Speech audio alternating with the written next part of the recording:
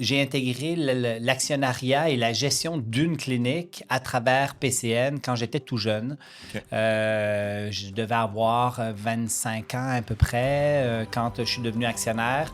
Et que j'ai géré une clinique qui a grandi rapidement, qui a été un succès, pour lequel, après ça, j'ai eu des rôles un petit peu plus globaux dans l'entreprise. Donc, je dirais que PCN a été une école entrepreneuriale sur le tas, on va Ouais. dire.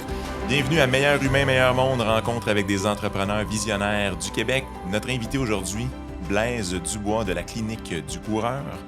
Toujours à mes côtés, mon associé et mon co-animateur, Normand Chadwick. Bonjour. Mon nom est Tristan Laliberté. Normand et moi sommes tous deux du cabinet de services financiers Diversico Finances Humaines et on donne des conseils financiers aux entrepreneurs, des gens comme Blaise. Je ne peux pas commencer l'entrevue aujourd'hui sans faire une mention spéciale, un chaud remerciement à l'équipe du Château Laurier, à commencer par la présidente Aude La France Girard. Oui. D'ailleurs, la famille Girard célèbre cette année 50 ans depuis qu'ils ont fait l'acquisition du Château Laurier par le grand-père, si je me souviens bien, de Aude, qui était venu sur notre plateau et c'est comme ça qu'on a eu l'idée de faire quelques tournages ici dans la magnifique suite présidentielle. Alors, bienvenue, messieurs. Blaise, on va faire rapidement quelques mots sur ta bio avant de commencer le reste de l'entrevue. Alors, Blaise, tu es physiothérapeute diplômé de l'Université Laval en 1998, spécialiste en physiothérapie du sport et fondateur de la Clinique du Coureur que tu as fondée en 2008. Leader mondial en prévention des blessures en course à pied. Tu es un des leaders des cliniques physiothérapie PCN, très bien connu ici à Québec. Auteur du livre « La santé par la course à pied », un ouvrage de 496 pages quand même sur le sujet, conférencier international, organisateur d'événements sportifs. Tu as aussi récemment développé avec ton équipe un sujet qui te passionne tout particulièrement d'ailleurs, le concept de gestion et de gouvernance affranchie dans le monde entrepreneurial de tes différentes compagnies. Alors, bienvenue chez nous. Merci de faire, Ça fait de plaisir faire un d'être petit peu là. de place. Ouais, très cool. J'ai hâte de Merci. jaser avec vous, les gars. Ben, Merci. tout à fait, Ouais. même chose. Commençons par le commencement. Donc, tu es un physiothérapeute qui est clairement devenu un homme d'affaires. Tu es un grand sportif aussi. Parle-nous un peu de ton parcours là, qui a mené à la fondation là, de l'entreprise La Clinique du Coureur en 2008. Alors, moi, je suis né en Suisse il y a bien longtemps, immigré au Lac-Saint-Jean à l'âge de 10 ans. Passionné de course à pied, je m'en vais au cégep de Sherbrooke pour jouer au soccer. Je faisais aussi de la course un peu dans les deux sports. Et puis, je me blesse en masse et là, ça me donne le goût d'aller en physio. Je vais à l'Université Laval en physiothérapie et je développe une expertise très rapidement en sortant de l'université en course à pied. Donc, la majorité de mon caseload, les gens qui viennent me voir, ce sont des coureurs parce que je fais partie du club, parce que je suis un coureur. Et je développe cette expertise-là à travers les cliniques PCN. Fait que, après quelques années, on me propose de devenir actionnaire de l'entité. Fait que je deviens actionnaire d'une des cliniques, ensuite de l'ensemble des cliniques. Et en 2008, je donne des conférences à des médecins, des physios. Et là, je me dis, je pourrais monter un cours. En 2005, je monte le premier cours, en fin de compte, ou un cours de 3 jours pour les professionnels de la santé. En 2008, je pars 3 mois dans l'Ouest canadien pour apprendre, perfectionner mon anglais qui n'est pas très bon. Et je sais que si je veux faire de l'international, il faut que je sois meilleur en anglais. Fait que je prends 3 mois de sabbatique, je pars avec la famille, ma blonde qui est enceinte, ma petite fille qui a 1 an et demi, mon garçon qui est en 4e année de primaire. Et on s'en va dans une famille d'accueil pendant 3 mois à ne parler qu'en anglais. Ça ne marchera pas super bien. Je vais revenir toujours aussi mauvais que j'étais avant, même si j'allais à l'école le matin pendant que ma blonde s'occupait des enfants, puis on inversait l'après-midi. Et par contre, pendant ces 3 mois-là, je fais toute l'idéation de la clinique du coureur, donc le site web, le logo, le nom et ainsi de suite. Et quand je reviens au Québec, je rencontre mes partenaires de PCN, leur dire, là, j'ai une idée, je veux partir une compagnie qui s'appelle La Clinique du coureur, qui donne de la formation continue. Je donnais déjà des cours et des conférences. Et mes partenaires disent, ben, on te laisse aller, mais ce n'est pas très intéressant pour nous d'un point de vue business. Donc, j'ai parti sur le côté la Clinique du coureur et la Clinique du coureur est devenue depuis une référence internationale. On est les leaders dans le monde dans ce domaine très pointu qui est la formation continue sur la prévention, le traitement, le diagnostic des blessures chez le coureur aux professionnels de la santé. Donc, on parle les médecins, les physios, les chiro, les podiatres et ainsi de suite. Et cette entreprise-là, ben, en grossit, on est 82 maintenant à travers le monde, on enseigne dans 15 pays. Et PCN a continué de grandir aussi. On a 15 cliniques, 300 et quelques employés. et ça fait le tour. Et depuis, ben, j'ai parti plein de startups avec mon équipe de la clinique du coureur, dont le coaching du coureur, Walden Aventure, qui est une agence de voyage, de l'immobilier, des expériences. On a créé un OBNL qui organise des événements sportifs. Donc, on a le Trail de la clinique du coureur, le 5 km. On organise une course au Kenya à Iten. On a beaucoup de projets parallèles qui nous animent et qui nous rendent heureux. Oui, fait que ça sonne. Est-ce que tu as le temps de temps en temps de t'asseoir pour boire un verre d'eau ou Oui, quand même. En fait, tous les jours, je prends le temps de m'entraîner comme il faut. OK. Je passe du bon temps avec ma femme, mes enfants, justement à m'entraîner, à avoir des discussions fabuleuses avec mes filles, entre autres, Ouais. qui sont très le fun. J'ai une compagnie avec mon garçon. Fait que oui, tout va bien quand même dans la vie. Super, tu as l'air vraiment de quelqu'un de très passionné. Je sais presque pas par où commencer. De tout ce que tu as nommé, est-ce qu'on comprend que c'est vraiment la clinique du coureur qui est, disons, le noyau central qui source, si on veut, un peu tout le reste de tes projets ou... Oui, la seule chose, c'est que j'ai intégré l'actionnariat et la gestion d'une clinique à travers PCN quand j'étais tout jeune. OK. Je devais avoir 25 ans à peu près quand je suis devenu actionnaire et que j'ai géré une clinique qui a grandi rapidement, qui a été un succès, pour lequel après ça, j'ai eu des rôles un petit peu plus globaux dans l'entreprise. Donc, je dirais que PCN a été une école entrepreneuriale sur le tas, on va Ouais. dire. Ouais. Et quand j'ai parti la clinique du coureur, ben là, c'était vraiment l'indépendance, c'est-à-dire que là, je faisais ce que j'étais tout seul au début, Oui. même si maintenant on est beaucoup plus. Et ce que ça a fait, c'est que là, ça m'a mis vraiment dans le bain entrepreneurial, c'est-à-dire ben, comment tu pars une business, puis comment tu gères des gens, puis comment, bon, même si j'avais l'expérience un peu de PCN, la clinique du coureur a été vraiment le départ de tout ça.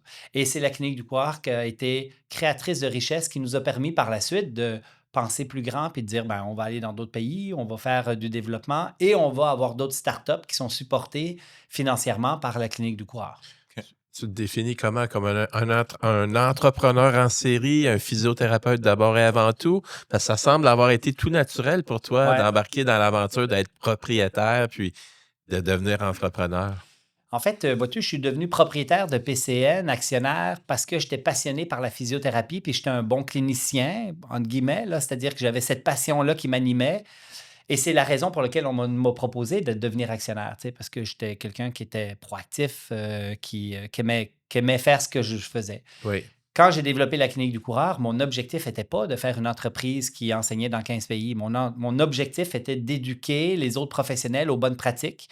Parce je faisais une veille systématique de la littérature scientifique. Fait que je triais tout ce qui existait dans la littérature.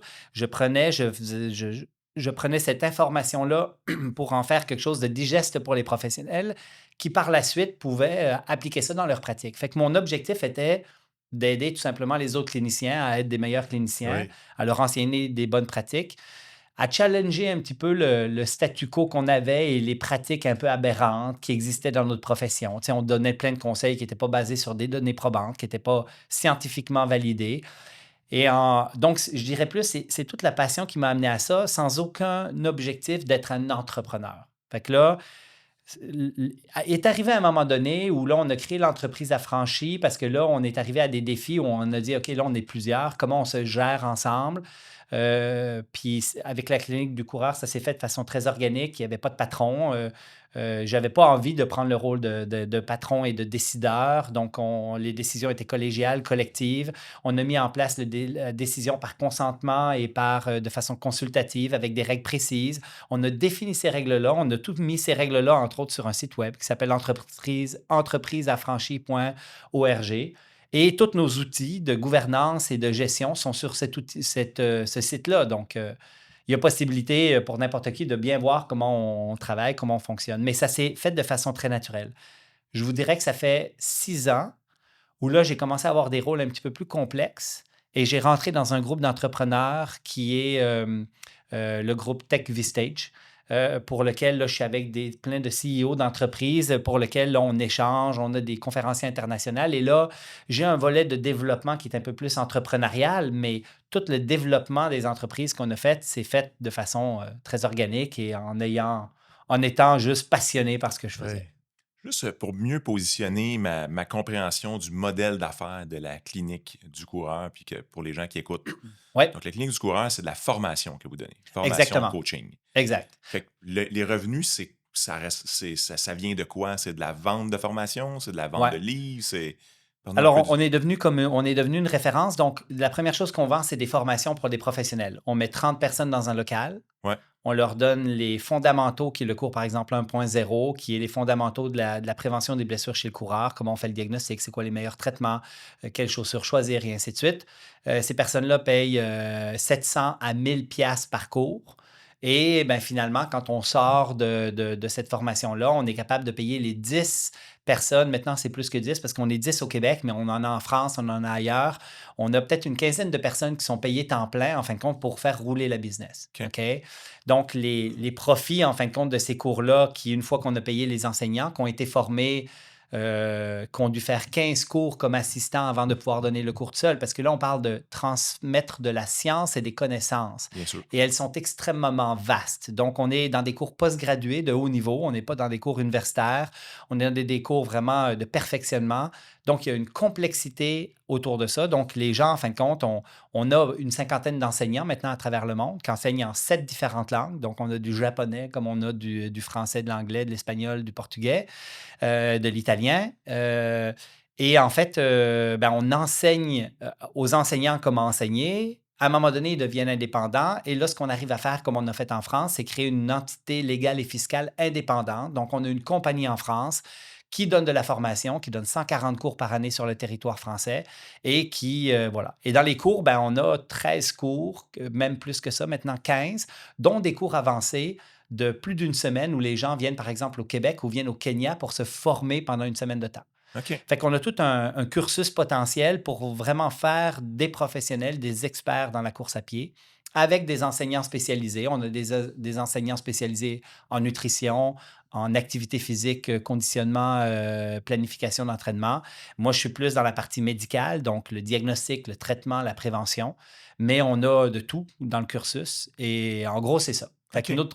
80 de nos revenus sont associés à ça. Puis on a quand même des frais récurrents, là, des revenus récurrents. Exemple, on donne un brand, un saut d'expertise à des cliniques spécialisées.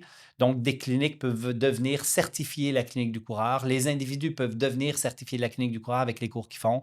Donc, on a tout un écosystème qui supporte ça. OK. Fait que les 30 personnes, comme exemple, qui vont dans une salle de classe ici, principalement des physios ou... Physio, médecin, chiro, podiatre. OK. Puis après ça, on a des cours pour les entraîneurs spécialisés. Donc, ça touche à tous les professionnels à peu près. Et on OK. donne aussi de la formation pour les coureurs. C'est-à-dire qu'il y a un coureur qui a acheté notre livre, Ouais. qui est, dans lequel il y a 50 experts internationaux qui ont fait des interventions de 1 ou 2 pages. Donc, c'est un livre de référence. Ouais. Ces personnes-là peuvent assister à un moment donné à une conférence. Ils peuvent assister à un cours pour devenir coach, si jamais eux, c'est des coureurs passionnés, puis ils se disent, moi, je voudrais apprendre plus pour moi ou pour aider ma communauté autour, ben, il y a des cours, des formations qui se donnent là-dessus. OK. Je commence à comprendre assez bien là, tout Ouais. l'écosystème de tout ça. Puis quand est-ce que ça a commencé à être international? Ben, encore une fois, tout s'est fait de façon très incrémentaliste. Je ne sais pas Ouais, si c'est OK. un mot qu'on Ouais, utilise, là, mais petit à petit, un pas ouais. à la fois. J'enseignais au Québec. À un moment donné, j'étais allé à Toronto. J'étais allé en Suisse. J'étais allé en France. J'ai pris contact avec une organisation qui a accueilli notre cours en France, mais qui existait déjà là-bas, donc avait du réseau. Puis à un moment donné, le réseau s'est développé. Puis là, maintenant, ben, on est allé toucher à plein de pays. Ouais. Puis là, on enseigne un peu partout. Puis là, mais en plus, c'est clairement un domaine intéressant parce que il me semble que c'est hot, le jogging, Oui. depuis 2005 peut-être, ou je sais Ah, pas, de... ça continue d'être hot. C'est ça Ça qu'elle. continue, Ouais. mais on dirait qu'il y a une espèce d'engouement depuis plusieurs années maintenant Ouais. quand même. Là. Effectivement, on a eu une grosse vague dans les années 80, puis après ça, dans les années 2000, c'est revenu. Et là, ben, elle s'essouffle pas. Là. Tu sais, on sent qu'il y Ouais, a vraiment beaucoup d'engouement. Ça vient probablement de notre homme moderne, sédentaire, qui a besoin de bouger puis de produire tout à des fait. endocannabinoïdes. Là. Fait que ça fait partie un peu de. Fait que oui, il y a une masse de personnes. Puis ça, c'est une autre chose qu'on a développée, c'est que là, la clinique du coureur s'adressait aux professionnels de la santé et de l'entraînement. Et on s'adressait aussi aux coureurs en parallèle. Puis c'est difficile quand tu as plusieurs personas de dire, OK, mais comment on fait notre marketing, comment on gère tout ça? Et à un moment donné, on a dit, ben, il faut qu'on crée quelque chose d'autre. Fait que là, on a créé le coaching du coureur, qui là, lui, Ouais. s'adresse au personnel du coureur. Ouais. Fait que si, par exemple, quelqu'un dans ton environnement a envie d'avoir un programme structuré pour Ouais. être bien guidé, il peut s'adresser au coaching du coureur. Et ça, c'est une start-up. Et on a fait une fusion avec une autre entité qui faisait déjà du coaching. On a créé le coaching du coureur.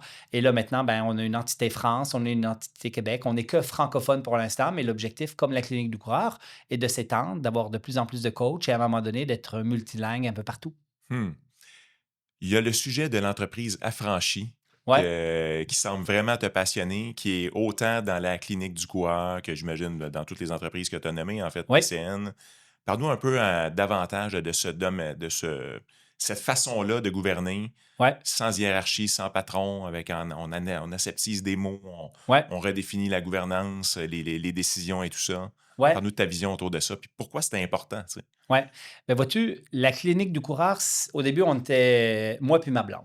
OK? En fait, ma blonde, au début, j'ai parti ça toute seule avec, bon, elle m'aidait un petit peu. Puis là, à un moment donné, on a nos enfants. Elle est enseignante. Elle est supposée retourner travailler.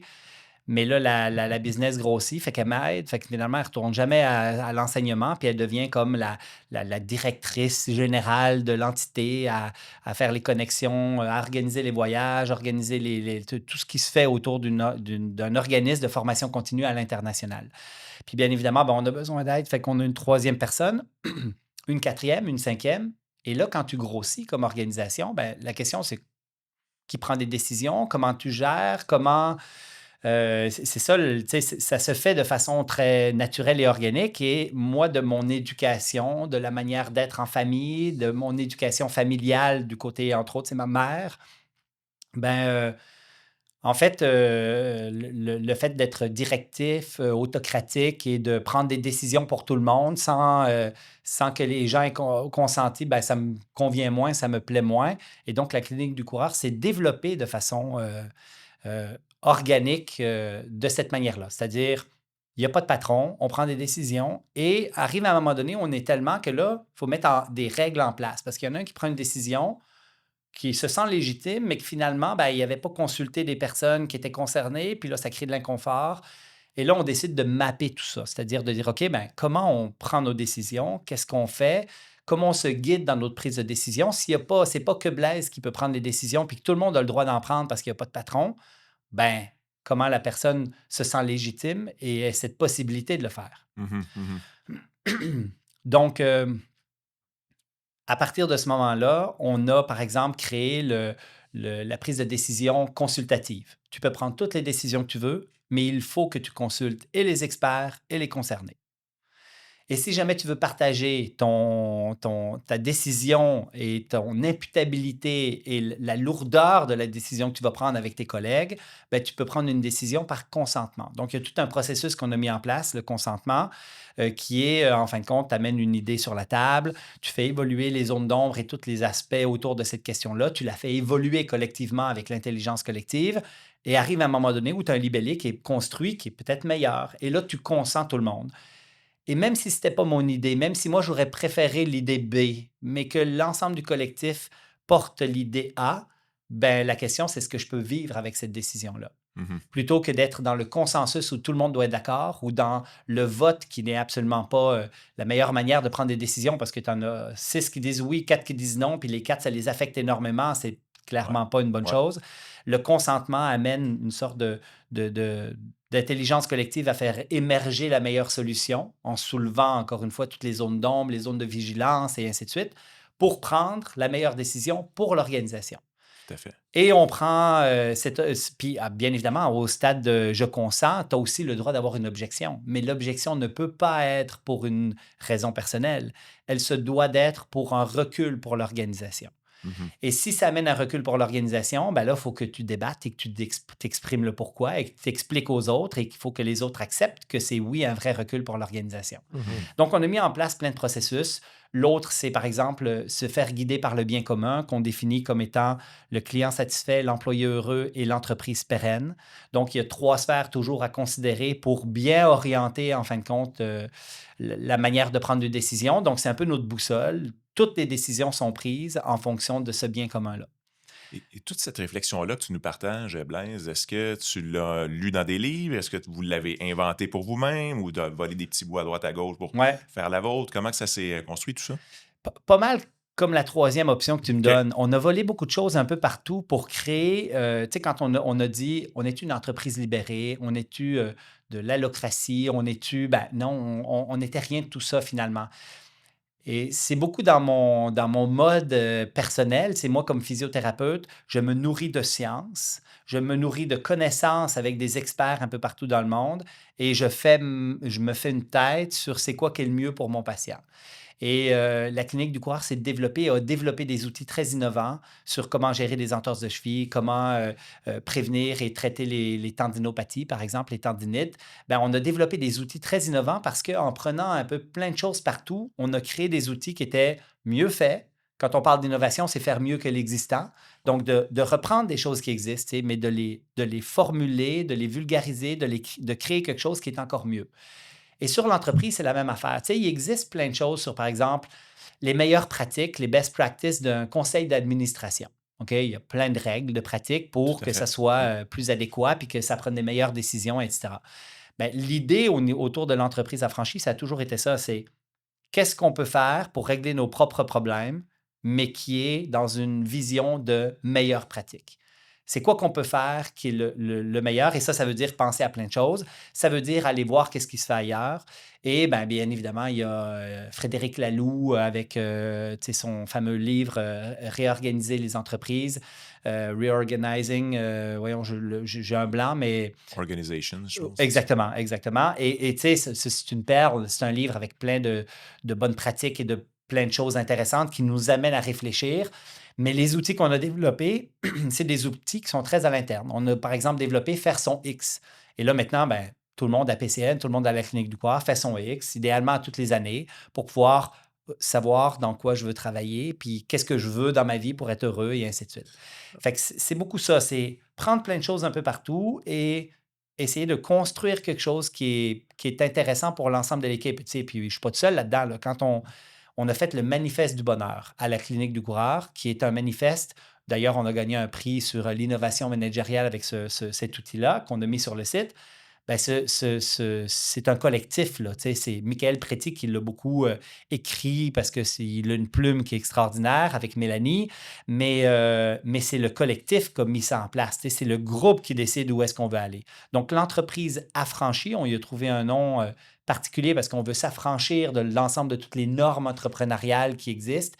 Ben, je dirais, c'est un collectif. Trouver son X, tu viens de parler de ça.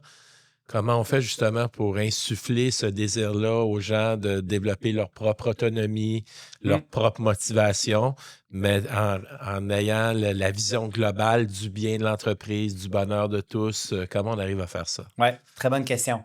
Vois-tu, le X a été mis en place parce que même quand tu structures tout l'interne, le fonctionnement, la gouvernance d'une organisation, tu reviens toujours aux individus à un moment donné. Puis là, Effectivement. l'individu, lui, c'est mais qu'est-ce que tu veux dans la vie, tu sais? Fait que le X, c'est un outil qu'on a développé qui n'a pas été inventé, tu sais, il doit exister à quelque part parce que quand je dessine ça la première fois, je me suis fait teinter de plein de choses. Peut-être un peu de l'ikigai que vous connaissez peut-être. Il y a plein de méthodes et de manières. Mais quand j'ai développé le X, on a vraiment fait un outil concret, simple, pour que les gens à l'intérieur de l'organisation puissent l'utiliser. Fait que le X, il y a deux axes. C'est qu'est-ce que j'aime faire, puis dans quoi je suis bon. Puis on veut que 60% de notre vie soit dans le je suis bon et j'aime ça. Puis si c'est pas le cas, ben, tu vas être malheureux dans ta vie pas mal. Fait que tu sais, c'est cette partie-là, en fin de compte, qu'on a mis en place. Puis là, ben, ça se peut que tu aies un 10 à 20% que tu es bon, puis tu n'aimes pas ça, mais tu aides ton organisation à évoluer. Puis ça se peut qu'il y ait des choses dans lesquelles tu n'es pas bon, mais tu aimes beaucoup ça, que tu vas quand même garder un 10 à 20%, puis peut-être que ça va évoluer vers tu vas devenir bon à force de le faire. Puis il y a clairement des choses dans ta vie qu'il faut que tu délègues, il faut que tu enlèves. Mhm. Fait que nous, ce qu'on faisait à la clinique du coureur, c'est comme il y avait une croissance suffisante, à chaque année, on engageait quelqu'un, ben, on me fait utiliser notre X, puis au milieu de la table, on disait, OK, on a besoin d'engager qui? C'est Mhm. quoi qu'il y a sur la table que personne n'a envie de faire, tu sais? Oui. Puis, tu sais, moi, je me suis occupé, par exemple, du légal, du fiscal à la clinique du coureur pendant des années parce que j'avais un peu de connaissances entrepreneuriales comparé aux autres, mais j'aimais pas ça. Puis, à un moment donné, il y a Yves Saint-Louis qui rentre dans l'équipe, puis lui, ben, il aime ça. Fait que là, j'ai tout délégué cette partie-là. Et l'objectif, c'est de trouver le X de chacun pour s'assurer qu'en étant sur son X, on crée de la valeur pour l'organisation. Qu'on soit dans la place où finalement on est capable de créer de la valeur puis de faire en sorte que notre posture dans l'organisation soit le mieux pour l'organisation. Mhm. Ton X à toi? Mon X à moi, c'est intéressant. Moi, je le fais à tous les 6 mois, un an. Ben Là, oui, tu sais. Fait ben qu'il oui. il est chargé. Il y a beaucoup de choses. Il y a beaucoup, beaucoup de choses. Ton le top. Dans le top en haut, là, tu sais, la réflexion sur développer des outils innovants en médecine du sport, développer des outils innovants en entrepreneuriat, dont le X, on en a manifeste du bonheur le que tu viens de manifeste du parler. bonheur, puis on en a plusieurs. Là. Ouais. C'est- Avoir une réflexion sur la gouvernance organisationnelle, puis sur la culture et la manière de procéder, c'est clairement dans le haut de mon X. C'est des choses qui m'animent pas mal. OK. Puis, tu sais, le X, il peut être très personnel aussi. Là. Moi, il faut que je fasse 2 heures de sport par jour. Là. Tu sais, si je dis 2 heures, mais malheureusement, des fois, j'ai 30 minutes, mais je vais courir tous les jours Ouais. presque. OK? Mais quand je suis capable d'avoir 2 heures, là, je suis dans mon bonheur. Là, tu sais. C'est-à-dire, je suis capable de sortir longtemps, profiter du soleil, puis Ça même recharge si les batteries. ça recharge les batteries, je suis Ouais. plus efficace, je suis plus intelligent, je suis plus tout. Là, tu sais. Ouais. Puis je suis en santé avec de l'énergie pour pouvoir faire ça. Ah ouais. Blaise, les gens qui t'écoutent en ce moment se disent ah, ce gars-là est capable de trouver 2 heures dans son agenda. Comment tu arrives à faire ça? Hey, moi, à un moment donné, il y a quelqu'un qui avait dit le président des États-Unis, Barack Obama, est capable d'aller jogger tous les jours. Fait que si moi, je suis pas capable, j'ai un problème. Aucun doute. Puis c'est une bonne affaire, c'est une bonne question. Là, tu sais. D'abord, tu as le temps perdu. Là. Quand tu regardes, quand je me surprends à scroller, là, tu sais, même si des fois c'est un petit peu éducatif, là, je réalise que du temps, j'en ai un petit peu quand même.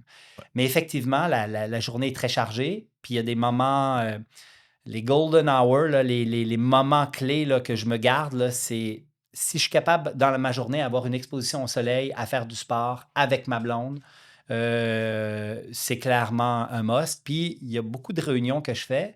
Je pense, entre autres, avec Yves Saint-Louis qui fait du vélo, qui est un autre gars qui s'occupe de l'immobilier, qui s'occupe justement de tout ce qui est légal fiscal à la clinique du coureur, qui est un leader de coaching du coureur aussi. Bien, tous mes meetings, c'est sur le vélo, un à côté de l'autre, à jaser pendant 1 heure, 2 heures de temps de tout ça. Là, tu sais. À un moment donné, ça prend du croisement pour pouvoir Ouais. rentrer dans une journée, ça prend un petit peu de croisement. Tu sais, moi, je m'en vais faire du sport avec ma blonde, je fais du sport, mais je suis avec ma blonde, puis on jase Tout à de fait. plein d'affaires, puis on règle plein de problèmes, puis... Ouais. Tu peux aller faire euh, du sport avec ton enfant. ben oui, Puis là, ben, exactement. après, avoir un moment père-fils, père-fille. Exactement. Fait que c'est ça. Fait que il y a toujours la possibilité de trouver du temps pour les choses essentielles et rester en santé. Tu sais, moi, je sais que quand je vais faire mon sport, je suis beaucoup plus créatif pendant et dans l'heure qui suit.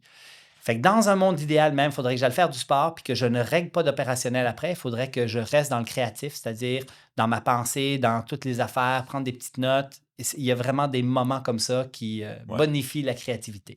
Tout à fait. Justement, restons dans cette ligne-là. Qu'est-ce qui tue la créativité dans les organisations? Ah, ça, c'est une bonne question aussi. En fait, moi, personnellement, ce qui tue ma créativité, c'est l'opérationnel. C'est le fait qu'on ait tellement de choses à faire, puis qu'à un moment donné, je réponds à des courriels, je suis devant mon ordi et j'ai plus le temps, j'ai plus de temps libre, j'ai plus de temps tu sais, j'ai écrit un livre, fait que, tu sais, le concept de deep work où tu plonges dans quelque chose, puis tu t'enlèves de l'ordinateur, de tout ça, je suis capable de faire ces choses-là. Mais le deep work, en fin de compte, où tu fais quelque chose en approfondi peut déjà un petit peu aider. Mais pour être innovant, pour être créatif, puis dans une organisation qui a le désir d'être innovante, il faut qu'elle libère du temps à son monde. Tu sais. Il faut qu'il y ait des périodes où tu dis, il n'y a rien dans ton agenda, c'est une golden hour, puis là, tu t'en vas faire un peu de marche, puis pendant cette marche-là, ben, tu es juste en réflexion. Tu n'as pas de cellulaire. Tu sais, moi, je cours pas de sel, pas de montre, en petites chaussures minimalistes, quasiment tout nu. C'est vraiment ultra, ultra minimaliste, OK? OK. L'objectif, c'est de partir, puis en plus, c'est dans la forêt, c'est dans le bois, Et l'objectif, quand je pars tout seul, c'est juste d'être dans mon monde, puis d'avoir ma tête qui se permet de s'évader, de C'est penser. quasiment méditatif. Clairement, OK. clairement. Alors, question rapide, réponse rapide. Sujet leadership et entrepreneuriat. Ton plus gros non, N-O-N, en affaires, mais qui t'a servi. Mon plus gros nom, je ne suis pas capable de répondre vite à ça, t'as peu. Mon plus gros nom en entrepreneuriat qui m'a servi. Non à des projets immobiliers. La décision la plus payante que tu as prise comme entrepreneur. Euh, D'acheter le plus d'actions de mon entreprise, PCN, parce qu'au début, j'ai commencé tout petit, puis ben, pendant 20 ans, je n'ai pas touché aux bénéfices, aux dividendes. Mhm. Ça servait juste à racheter des actions. Pendant 20 ans, j'ai investi dans mon organisation. Un livre qui a changé ta vision du leadership? Frédéric Laloux, on dit un livre, mais il a fait plein de capsules vidéo qui sont vraiment intéressantes pour ceux qui sont des consommateurs plus quick, là, qui sont moins lecteurs, là, vraiment intéressant. Frédéric Laloux, Reorganizing Organization. Courir chaque jour ou quelques fois par semaine si on veut éviter les blessures? Tous les jours. Mythe de la course que t'aimerais voir disparaître? La course est mauvais pour les genoux. L'absorption dans les chaussures prévient les blessures. Il faut s'étirer avant de faire du sport. Les pieds plats, c'est une tare qu'il faut corriger. Les orthèses vont corriger ta biomécanique qui va prévenir les blessures. Il y en a des centaines. Course pieds nus, c'est une mode ou un mouvement durable? C'est essentiel. On a évolué pendant des millions d'années pieds nus. Aujourd'hui, c'est probablement le meilleur exercice de renforcement que vous pouvez faire comme coureur, d'intégrer du pied nu. Attention, très graduellement, parce que vous êtes complètement déconditionné avec vos chaussures modernes. Ouais. Et si vous y allez trop vite, vous allez vous blesser. C'est quoi la chose la plus simple pour prévenir les blessures? Quantifier le stress mécanique. Tu doses, tu progresses lentement, tu écoutes ton corps. Tu préfères enseigner dans une salle ou courir avec des pros? Oh, j'aime bien courir avec des pros. Je le fais pas super souvent. J'enseigne beaucoup dans des salles à des professionnels de la santé. Les deux me conviennent très bien. Une erreur que les coureurs font trop souvent. Se faire complètement abasourdir par le marketing, être dans la nouvelle tendance de la chaussure maximaliste avec de l'amorti, de la plaque de carbone et toutes les bébelles qui servent absolument à rien et qui pourraient même potentiellement augmenter le risque de blessure. Tu mesures le succès comment aujourd'hui? Le nombre de gens mobilisés autour de tes idées, bien davantage qu'un chiffre d'affaires, un BAYA ou quoi que ce soit d'autre. Ta vision du mot impact en une phrase. L'envie d'avoir de l'impact sur l'environnement, incluant l'ensemble de tes collaborateurs, l'ensemble des consommateurs de ton produit. Le désir d'avoir de l'impact, en fin de compte, c'est de s'assurer aussi, en ayant de l'impact, d'être périn dans le temps, c'est-à-dire de pouvoir continuer de faire ce qu'on fait aujourd'hui. Chaussures minimalistes ou ultra technologiques? Clairement minimaliste. Et je veux me permettre de préciser, aujourd'hui, 95% des gens ont des chaussures maximalistes et en sont devenus totalement dépendants. Donc, n'importe quel débutant devrait commencer en chaussures minimalistes, sans habitude, mais celui qui est habitué à ces chaussures maximalistes doit être très prudent de faire une transition trop rapide vers des chaussures minimalistes. Croissance rapide ou évolution durable? Clairement, évolution durable, mais la croissance rapide arrive de façon organique parfois et il faut la gérer. Conférence internationale ou course locale? Course locale, ça fait bouger plein de gens, ça rend beaucoup de gens heureux, mais éduquer les professionnels qui vont se permettre de faire la même chose dans leur milieu à l'international, ça a beaucoup de portée. Science rigoureuse ou expérience sur le terrain? Science rigoureuse. L'expérience est riche, mais beaucoup d'expériences de mauvaises choses ne te donnent pas beaucoup de résultats de qualité. Blaise, tu nous as parlé un peu du volet international tout à l'heure. Tu voyages beaucoup. Comment tu organises le temps à l'étranger? Puis, Ouais. quelles sont les visions là-dessus? Je voyage trop, pour Oui. répondre à ta question. Je commence beaucoup à m'ennuyer de mes enfants, de ma blonde quand je voyage. J'ai plus de difficultés à récupérer. Je vieillis en accéléré. Donc, clairement, il faut que je mette la pédale douce sur les voyages. Mais les voyages ont beaucoup été et sont encore sur le développement d'affaires à l'international pour enseigner aux enseignants comment enseigner, pour développer. Je le fais avec Jean-François Esculier, mon autre collègue de la Clinique du Corps qui s'occupe de tout le volet recherche et développement. Lui, par exemple, il arrive du Japon. Fait qu'en allant au Japon, ben, il va enseigner des cours. Il enseigne à des enseignants japonais comment prendre la relève. Et en même temps, ben, il fait des contacts, il regarde comment on pourrait développer le business et ainsi de suite. Donc, il y a cette partie-là qui est quand même importante, que moi j'ai faite, que je fais en Grèce, en Italie, en Europe un petit peu, en France et ainsi de suite. Quand on veut développer des nouveaux marchés, on n'est pas beaucoup à pouvoir faire ce développement-là. Mais clairement, c'est quelque chose, il faut que que je dose. Fait que là, je me dis une semaine par mois et demi. Avant ça, c'était quasiment une semaine tous les mois. Je partais 10 jours à tous les mois. La COVID est arrivée, ça a tout arrêté pendant 2 ans. Ça a mis aussi la clinique du coureur dans le trouble parce qu'on donne des cours à l'international en présentiel. Fait que, puis là, on fait du e-learning, puis ça a accéléré notre processus de e-learning associé, mais il reste quand même que ça a été 2 années, 3 presque, parce qu'il y a eu toute la post-COVID là, qui Oui, était très difficile pour la clinique du coureur. OK? oui. Déficitaire, je baisse les salaires, gère tout en équipe.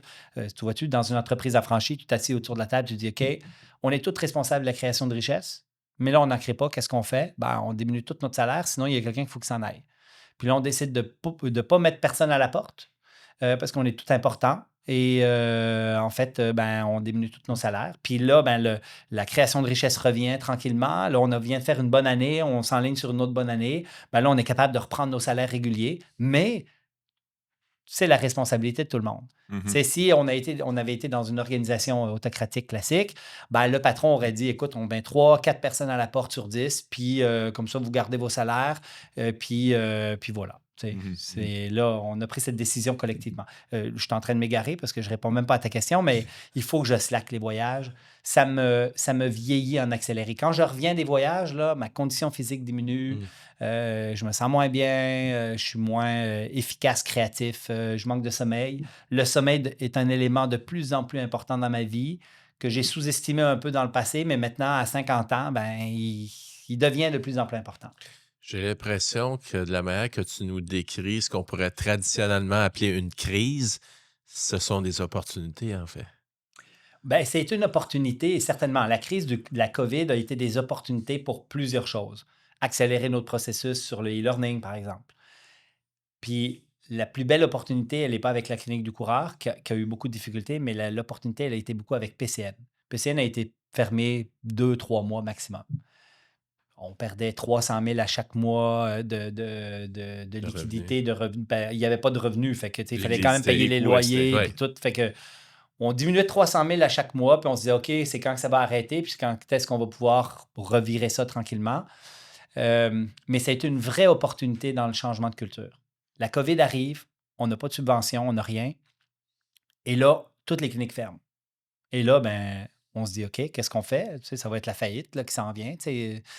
Et là, ben, on se réunit, les leaders de chacune des cliniques, des 15 cliniques, plus d'autres leaders, se réunissent tous les jours pour se faire un meeting, pour essayer de trouver des solutions à nos problèmes. Et à chaque jour, ça changeait. C'était catastrophique. Là, tu sais, c'était vraiment. Mais là, il faut prendre une décision à 18. On a appelé ça la cellule des 18, c'était le début. On avait commencé notre processus d'entreprise affranchie. Donc, quand c'est arrivé, ça a été une opportunité de dire, OK, là, guys, on prend une décision par consentement. OK? On vous apprend comment faire. Puis là, au début, on n'était pas bon, là. Puis là, on n'avait pas l'habitude parce qu'il y en a qui avaient des rôles beaucoup plus. On venait de dissoudre le CA, en fin de compte, pour essayer de mieux gérer l'organisation de façon affranchie. Et là, la COVID arrive et c'est un accélérateur. Vraiment. Et ben, on a appris en accéléré de façon très efficace comment faire un consentement à 18 de façon efficace parce que chaque jour, il fallait prendre des décisions. Fait que donc, tu parles de cette première cellule des 18, dans le fond, qui est avec l'opportunité de la COVID. Y a-t-il une décision clé qui a été prise à ce moment-là, tu sais, qui est un game changer potentiellement ou quelque chose qui est historique? Ben, il y en a plein, mais qui sont des choses qui pourraient paraître subtiles, qui ne sont pas Ouais. nécessairement financières. Au niveau financier, on a pris bien évidemment plein de décisions, de reporter des projets. Il y a eu des transactions d'actionnariat qui se sont faites parce qu'un des fondateurs est parti en plein pendant la COVID. Donc, là, bien évidemment, il y a eu plein de décisions complexes. Mais dans les décisions majeures qui ont été faites, c'est par exemple faire un live tous les jours avec tous les employés pour leur dire où on en est puis être transparent sur nos finances, ce qu'on Ouais. n'avait jamais fait dans le temps. OK. OK? Pour qu'ils soient au courant de comment ça va, et qu'on les rassure. Et moi, j'ai des collègues qui étaient dans d'autres cliniques de physiothérapie qui, pendant 2 mois et demi, ont eu aucune nouvelle. Parce que les propriétaires étaient en panique, parce que c'était comme, Ouais. OK, mais qu'est-ce qu'on va faire? Puis on ne savait pas quoi faire, tu sais. Et c'est là où tu remarques que l'intelligence collective est importante. Je dis souvent, tout seul, je prends 90% de bonnes décisions. J'ai assez de connaissances et de regard sur l'entreprise pour prendre des décisions la majorité du temps. Mais si je m'accopine d'autres personnes et d'autres intelligences, d'autres têtes pour prendre sur un même problème, prendre une décision, ben, je pense que je peux augmenter mon niveau à 95. Mhm. Pas à cause de moi, à cause des autres qui vont me soulever des zones d'ombre, qui vont me faire réaliser des choses.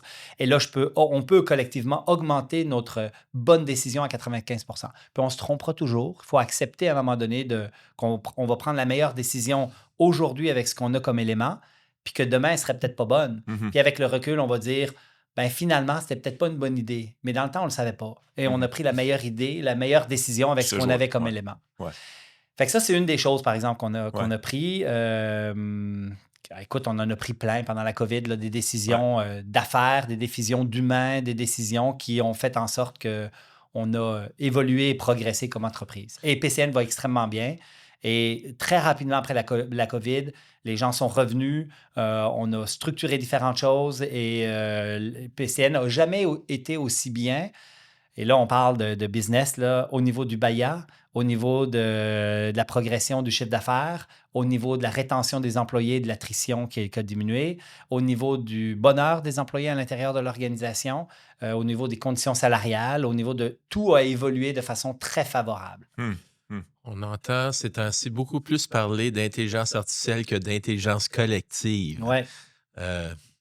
Qu'est-ce que tu en Ah penses? ben, écoute, on est obligé de s'y faire. Hein? Ça va faire partie de notre vie de demain moins 3 jours. Là. Ouais, C'est là. Fait que, ben, tu sais, l'intelligence artificielle aujourd'hui, la clinique du coureur, par exemple, on s'est fait une réunion spéciale. Puis on s'est dit, OK, comment chacun aujourd'hui peut maximiser son efficacité et sa manière de gérer ses choses en utilisant l'intelligence artificielle. Moi, je pense qu'il y a des choses où l'intelligence artificielle n'ira pas. Quand on parlait de créativité, d'innovation, je pense que le cerveau humain créatif reste quelque chose de très intéressant. Nous, on est dans un domaine où on est en contact avec des patients. Moi, peut-être que l'intelligence artificielle, une journée, à un moment donné, fera mes dossiers, puis j'aurai plus besoin d'écrire mon dossier. Peut-être que ça va être très facile de communiquer avec le patient en lui disant, écoute, je t'envoie un programme de course qui est fait de telle manière parce que l'intelligence va me le faire avec les paramètres que je vais lui donner, puis ça va être ultra efficace. Puis ça va me faire un petit vidéo live pour expliquer de façon personnalisée à bien quantifier le stress mécanique de ce patient-là qui s'était blessé. Moi, quand je rentre en contact avec un patient, le facteur prédicteur de succès de la thérapeutique n'est pas mon nombre de connaissances ni mon savoir-faire. Il est sur mon savoir-être et la relation que je développe avec le patient. Et ça, on le sait en médecine maintenant, que c'est un élément qui est essentiel dans cette partie-là. Et l'intelligence artificielle ne corrigera pas ces choses-là.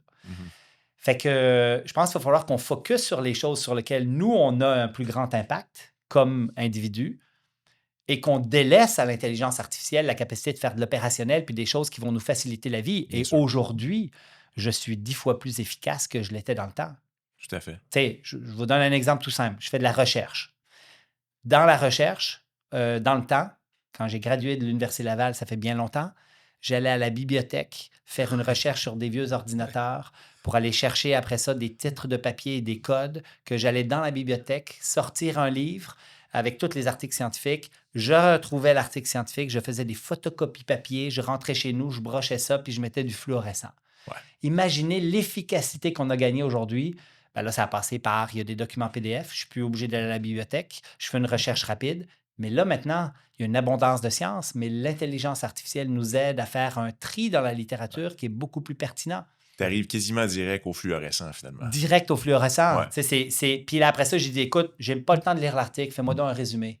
Ouais. Là, il se trompe un peu, il n'est pas super bon encore, mais dans 6 mois, dans 1 an, ça va être exceptionnel. Puis en plus, on peut les entraîner. Et puis en plus, donc, clairement, là, je vous parle de la physio avec le contact, mais au niveau entrepreneurial, c'est la même chose. Oui. C'est pas l'intelligence artificielle qui va créer une culture collaborative et une culture culture affranchie, vivante, affranchie dans l'organisation. Ouais. À un moment donné, c'est des humains qui sont en connexion les uns avec les autres. Puis ça, ben, l'intelligence artificielle ne nous aidera pas pour ça. Mais elle va nous aider pour beaucoup, beaucoup de choses, c'est sûr. Si on regarde tout ce que tu fais, là, je cherche un peu à voir, bon, il y a le coaching, les formations, la physio, tout ce que tu as fait, ton livre inclus. Ouais. C'est quoi la vision globale de tout ça? C'est quoi ton leg? Ah, c'est intéressant comme question. On ne m'a jamais posé cette question-là. Je ne me pose pas cette question-là. mais je pourrais te donner, tu sais, mon why personnel, Ouais, c'est grandir en innovant. OK. OK? J'ai ce désir de grandir, et quand je dis en innovant, c'est en prenant des choses qui existent puis en essayant de faire mieux. Et tout ce que j'ai fait en médecine du sport, en entreprise, en entrepreneuriat, ben, c'est la même chose, là. C'est développer des outils, c'est faire des choses. Donc, mon why m'habite et me nourrit, en fin de compte, dans ça. Je dirais pas que c'est une quête, là, mais tu sais, ça m'habite, là. Ouais, Quotidiennement, ouais. là, dans tout ce que je fais, là, c'est ça. Euh, Ta question? Ben, je c'est- regardais, ben, notamment, par exemple, tu sais, si on prend, disons, je vais être plus spécifique à ce moment-là pour peut-être Ouais, circonscrire un peu la question. Tu as écrit un livre de 496 pages. Tu sais. ouais, C'était quoi la fin? Tu sais, c'est la fin ouais. visée, la finalité. Pourquoi tu as écrit ça, puis tu as offert ça à l'univers en entier, là, tu sais. Aider les gens autour de moi. OK. Moi, je suis devenu physiothérapeute parce que j'avais cette animation, ce désir d'aider les gens autour de moi à ne pas se blesser, à pouvoir courir, à prévenir leurs blessures. J'ai été un coureur malheureux, blessé, qui pendant 2 mois ne pouvait pas courir, puis je me suis dit, c'est vraiment plate. Puis de devenir un professionnel de la santé m'a animé pour pouvoir aider quelqu'un d'autre. Et la raison pour laquelle je suis encore clinicien aujourd'hui, parce que mon horaire est plein, puis j'aurais pas besoin d'être clinicien si ça m'animait pas tant, c'est parce que j'aime vraiment ça. Aider des patients à évoluer, à pouvoir retourner à leur fonction, à avoir moins mal et ainsi de suite. Fait que je pense que c'est ça qui m'anime. Puis quand on parle de livre, ben c'est la même affaire. C'est que là, c'est un document éducatif sur des bonnes pratiques basées sur la science pour aider les gens euh, à pouvoir moins se blesser, à évoluer et ainsi de suite. Et quand je donne des formations, c'est exactement la même affaire. Puis il y a toujours une prémisse en arrière de toutes ces choses-là, c'est basé sur de la littérature scientifique, sur de la science, sur des bonnes pratiques. La chose qui m'horripile le plus, qui me spue au nez, c'est les fake news, c'est les fausses informations, c'est les chiffres lancés dans l'air qui veulent rien dire. On a développé une rigueur à la clinique du coureur qui est exemplaire, que personne ne peut nous reprocher. On n'a aucun biais commercial par rapport à l'industrie de la chaussure ou quoi que ce soit. On s'est coupé de beaucoup de possibilités de revenus et de richesses en lien avec le fait qu'on ne veut pas de biais commercial. Ouais. Fait qu'il y a un grand, grand désir de justesse, de transmettre de l'information qui est crédible, qui est validée, qui est scientifique. Et avec tout ce qui arrive dans notre monde aujourd'hui, ce qu'on voit qui arrive aux États-Unis, la fake news est partout sur les médias sociaux, Tout à partout, fait. partout. Ouais. Moi, c'est quelque chose vraiment qui m'interpelle de plus en plus. Hmm. Ouais. Maintenant, le podcast s'appelle Meilleur humain, meilleur monde. Qu'est-ce que ça évoque pour toi? Ben, c'est beau, hein, quand même, là. J'aime beaucoup ça. Peut-être que je vais contribuer à ce meilleur monde avec quand tu parlais du leg tout à l'heure. Ouais. C'est pas une question que je me pose, mais peut-être que tout ce qu'on enseigne un peu partout sur les bonnes pratiques, sur la Mhm. prévention des blessures, sur rendre les gens plus actifs, ben, peut-être qu'on ne le sait pas, mais qu'on a une répercussion directe et indirecte qui diminue les coûts gouvernementaux parce que les gens vont moins à l'hôpital en faisant du sport de façon Absolument. phénoménale, tu sais. Fait qu'on peut espérer que ce qu'on fait, c'est bon pour le monde et que c'est Tout à bon fait. pour les humains. Tout à fait. Et puis, si on se projette un peu dans l'avenir, où est-ce que tu vois l'ensemble de ton organisation? Comment tu la vois évoluer dans les 3, 5 prochaines années? PCN est une entreprise très mature, fait que elle continue d'évoluer. Il y a beaucoup de leaders à l'intérieur de l'organisation qui la font évoluer.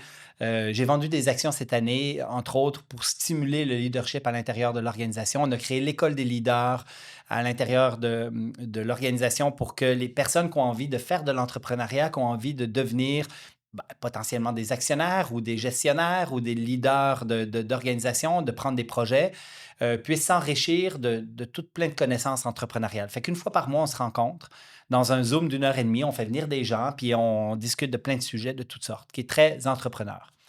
Euh, PCN, je pars demain, ça vit par soi-même, ça change absolument rien. Je ne suis pas nécessairement non plus la source de PCN, je ne suis pas le leader fort. J'apporte des idées puis plein de choses pour être sûr que la culture fonctionne. J'ai été un acteur important dans le changement de culture de PCN qui était structuré avec un CA décisionnel, avec très autocratique et organisé de façon avec des boss et ainsi de suite. On a transféré tout ça. ça fonctionne super bien, ça marche super bien. Je pars demain, ça ne changera rien, on a du leadership au max et là, ça va continuer de se développer. Mhm. La clinique du coureur, c'est un petit peu plus fragile dans le sens où j'ai encore des rôles qui sont beaucoup par mon expérience entrepreneuriale dans la gestion, mais il y a plein de gens qui prennent ce leadership-là. Et on a beaucoup de startups. Fait que dans les startups, on a par exemple une agence de voyage et là, on a engagé quelqu'un qui est super bon, Philippe. Et en fait, mon rôle à travers ça, il est beaucoup plus dans structurer la manière de fonctionner, s'assurer que la culture affranchie soit teinte pleinement cette nouvelle structure.